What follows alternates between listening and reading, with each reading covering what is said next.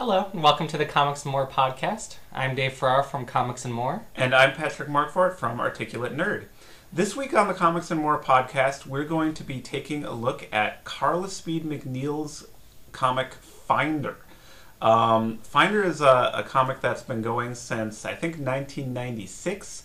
It has been published in independently published comic books, which have later been collected into graphic novels, and has recently moved to direct serialization on the internet, again for later collection as graphic novels. And Dark Horse Comics has just compiled the bulk of the series into the 2-volume Finder library. And it's those 2 volumes that we'll be talking about in the podcast today. So let's get to it with our review of the Finder Library Volume 1. So this, of course, contains the very earliest Finder stories. There's really 3 graphic novels collected here in the Finder Library. But first, we probably want to talk a little bit about the basic premise of Finder, I guess, sure, before I get too into the details of the stories. Because Finder is a very complex and unique comic book. So the basic premise of Finder, Carla McNeil herself has described it as Aboriginal science fiction. I'm not entirely sure what that means, but I think it has something to do with the fact that Finder is very focused on the characters and their history and their culture and sort of the ethnography of the world that she's created here. So the world of Finder it could be kind of a very far future Earth or sort of a parallel reality to our own, where humanity is divided into all these different disparate clans.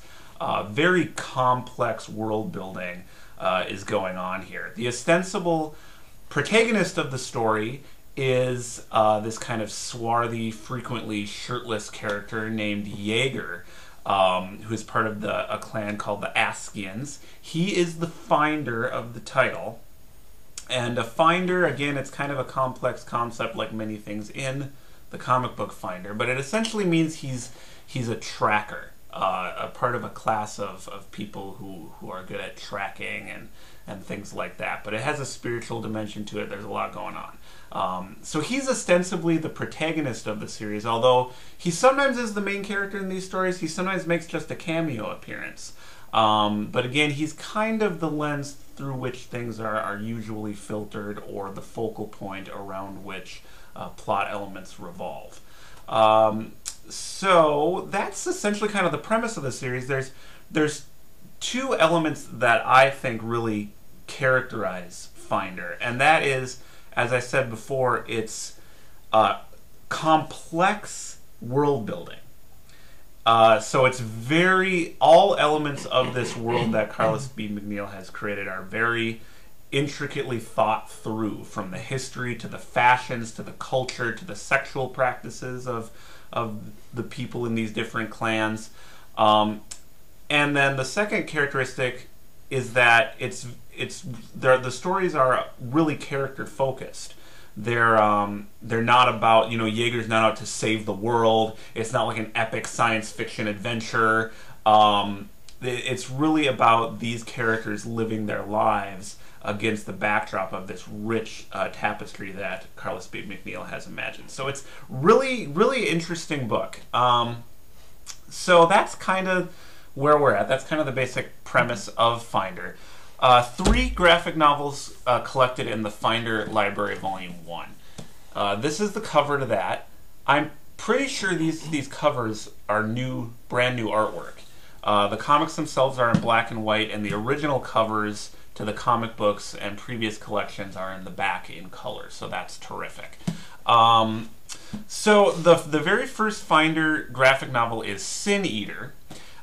So in this story, Jaeger travels to the domed city, a domed city called Anvard. He has been hired by an ex-military commander of his named Brigham Grosvenor to track down Grosvenor's estranged wife and children, who Jaeger also has a relationship with. Brigham Grosvenor is a mentally unbalanced character, a pretty bad dude. So essentially you've got Jaeger here working for the bad guy, but he's got another scheme in mind, and he has his own ideas about how to protect and help the wife and children, who he has a really great relationship with.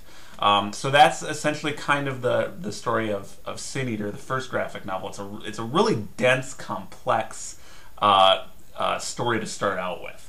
Yeah, and right away it sets the tone that it's a pretty dark book. I mean, the author is not afraid to go to like really dark and disturbing places. Yep. Especially with the man who has Jaeger tracked down the family, who was very like mentally abusive to the family and did some very bad things to them. Yep.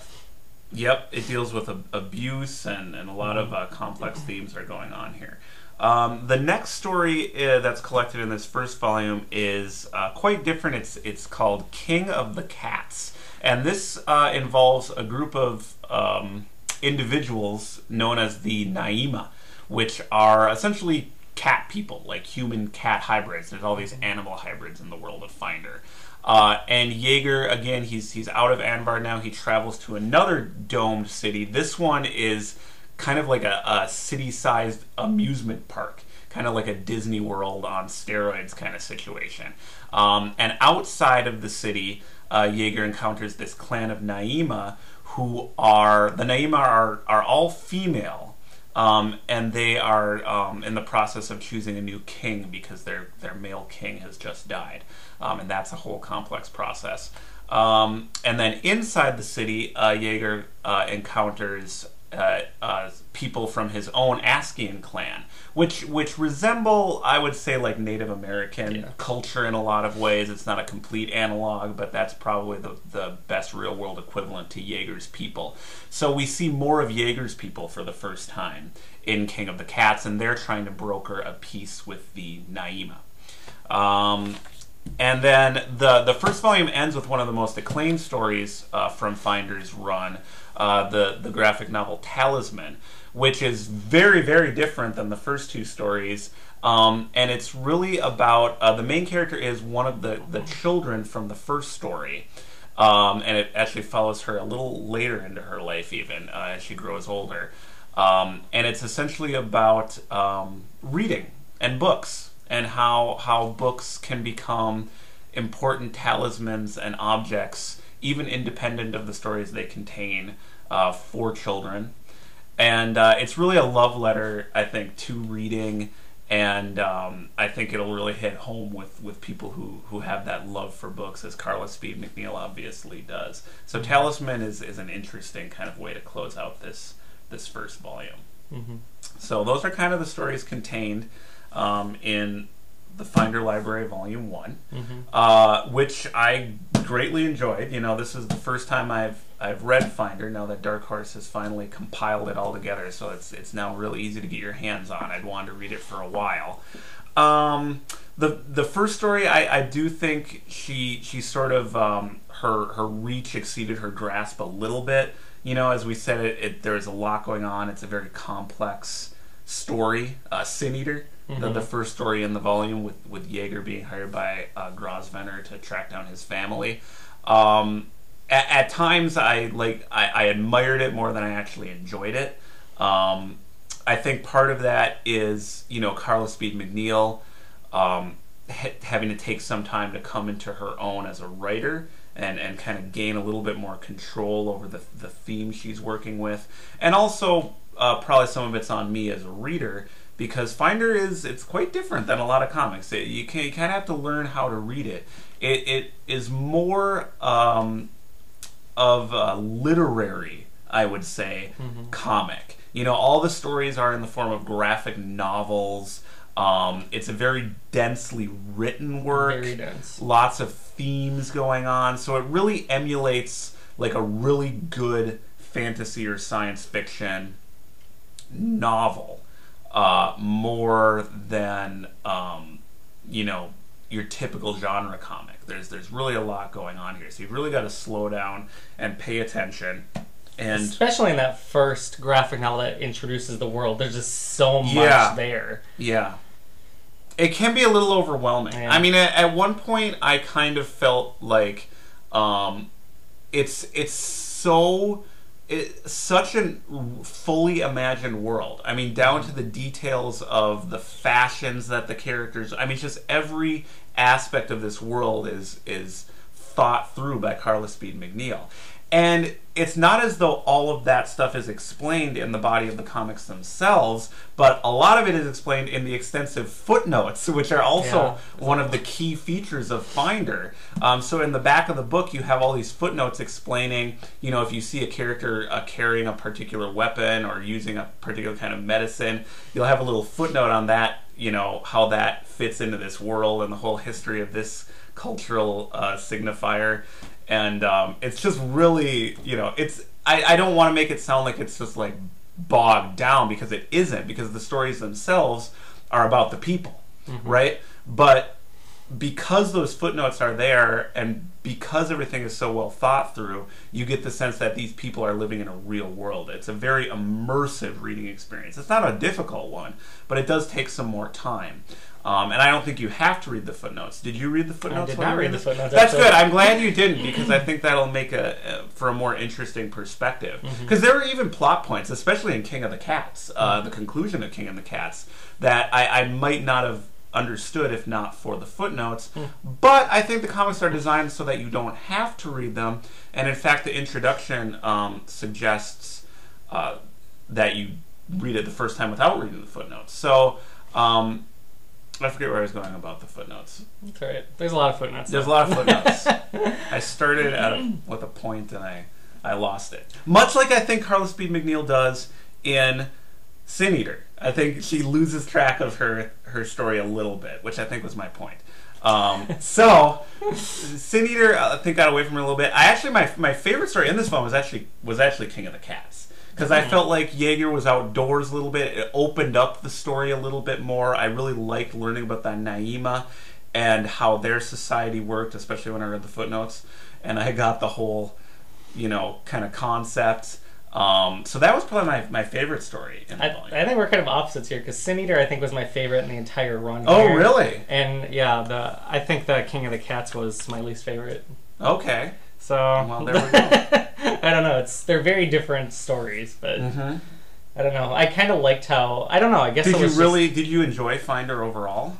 Oh yeah, I love Finder. Oh, it's great. Cool. Yeah, Sin Eater was, I think, the perfect story to start it out with. I can see how, you know, people get overwhelmed with it at the beginning. Yeah, I mean, I think that was one thing with me. Oh, what I was gonna say is that it's such a richly, fully imagined world. Like, all the little spaces are filled in. I felt at times that there was no room left for the reader.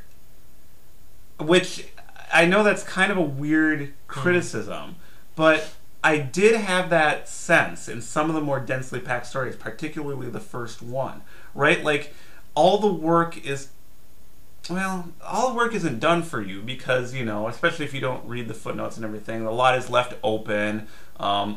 She asks questions, they're open-ended, you know, there's ambiguity here. But I just, something about this particular style of writing in comics can sometimes for me be vaguely off-putting. And that maybe says more about where I'm at as a reader right now. I'm really excited about comics that kind of embrace the kind of low culture aesthetic, kind of comics for comics' sake.